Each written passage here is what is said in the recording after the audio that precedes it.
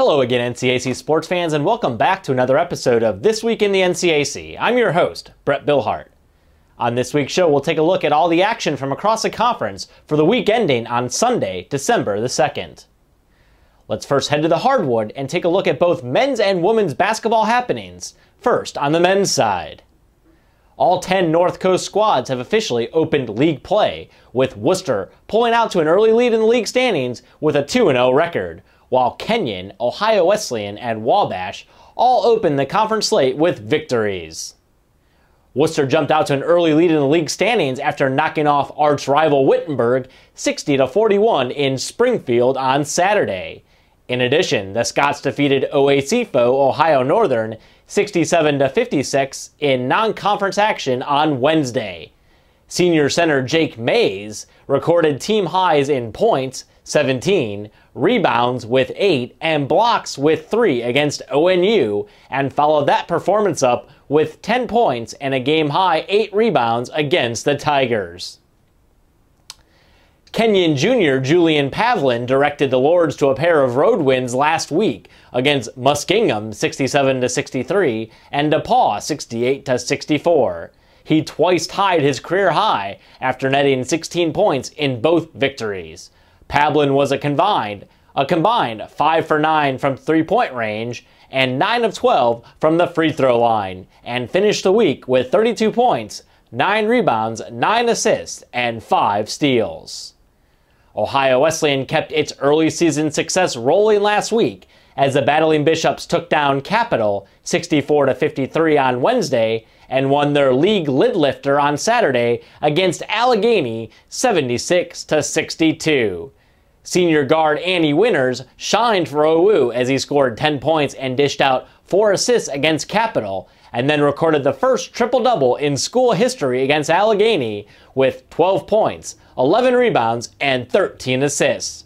For his efforts, Winters was named the NCAC Men's Basketball Player of the Week.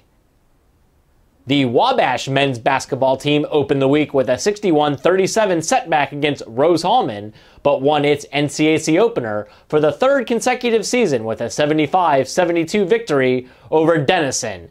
Freshman Ross Sponsler led the way for the Little Giants with 15 points and 3 assists.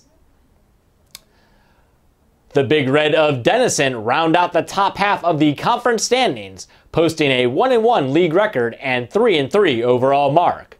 Wittenberg, DePaul, Allegheny, Hiram, and Oberlin all post identical league records of 0-1 early in the 2012-13 season. League tilts continue in the coming week, as 2 men's games are scheduled for Wednesday and 3 more on Saturday. Now let's shift our attention to the women's side of NCAC basketball action.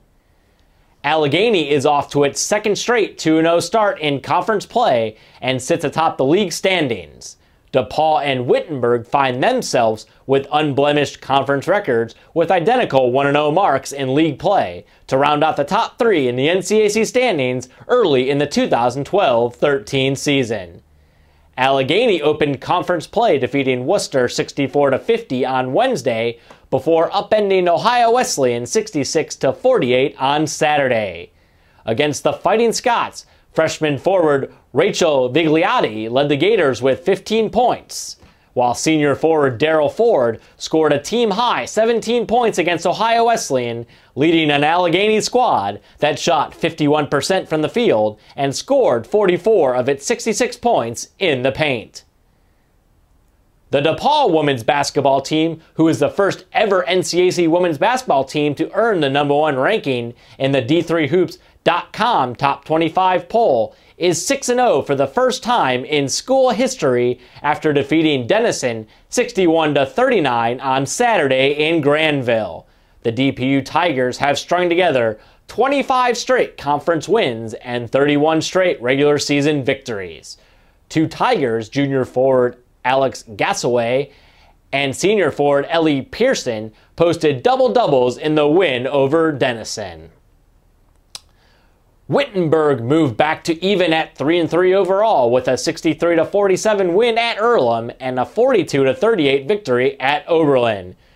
Junior wing Amber Rice paced the team over the two victories, averaging team best of 11.5 points and 6.5 rebounds, while hitting 4 of 9 three-pointers and 7 of 8 free throws to go along with 4 steals on the week. Kenyon played 3 games in 6 days, won all 3, and improved its record to 6-1. The ladies were a combined 37 of 75 from three-point range in wins over Mount Vernon Nazarene 87-73, Heidelberg 64-56, and Muskingum 71-62. Junior guard Maureen Hurt paced the ladies on the week, averaging 22.3 points on 54% shooting from beyond the arc to go along with 5.7 rebounds and 1 assist per contest. For her efforts, Hurt was named this week's NCAC Women's Basketball Player of the Week. The first full week of December features 3 conference games on Wednesday, including Kenyon's conference opener against Wittenberg, and then 3 more women's games are scheduled for Saturday. And now it's time to take a plunge into the deep end and look at all the action from around the league in swimming and diving. NCAC swimming and diving squads returned to action last weekend after all 10 institutions were idle for Thanksgiving break. Highlighting last weekend's action was the DePaul men winning their own DPU Invitational, while the Wittenberg women captured the team title at the same event. The DPU men were led by junior Jack Bergeson, who anchored the winning 200 free relay, which posted an NCAA beat-cut time of 1:33.26. Bergeson, who also finished second in the 50 free and third in the 100 free, was also part of the winning 400 free relay, which also posted an NCAA beat-cut time of 3:04.81. The Wittenberg men also competed at the DPU Invitational and finished 3rd out of 8 squads. The Wittenberg women topped the field at the DPU Invitational by a single point over DePaul. The Wittenberg Tigers were led by senior Jane Saviste, who won 3 individual events including a meet, pool, and school record in the 100 butterfly with an NCAA beat-cut time of 57.44. Saviste also swam a leg on the winning 400 medley relay. Denison was in action over the weekend at the Miami of Ohio Invitational. The Big Red men finished 2nd out of 7 teams, while the women finished 5th out of 8 teams. The DU women's team was led by sophomore Michelle Howell, who earned 4 total NCAA A-cut times, including 2 individual event automatic qualifying time standards in the 200 fly with a time of 2:02.57 and the 400 IM with a time of 4:21.33. For her outstanding effort, Howell was named NCAC Female Swimming and Diving Athlete of the Week.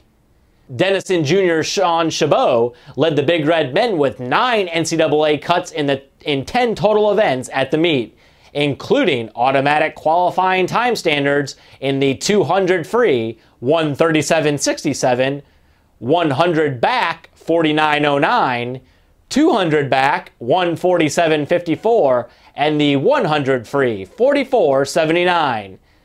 After a fantastic weekend at the Miami Invitational, Chabot was named the NCAC Men's Swimming and Diving Athlete of the Week. Looking ahead to this week's action, just the Terriers of Hiram and the Battling Bishops of Ohio Wesleyan will be in the pool for action over the weekend. And fans, for up-to-date news, stats, and standings from around the North Coast Athletic Conference, you can log on to our website at www.northcoast.org. Also, be sure to follow us on Twitter at NCAC, as well as like us on Facebook. And for the entire conference staff, I'm Brett Billhart, and thanks for watching.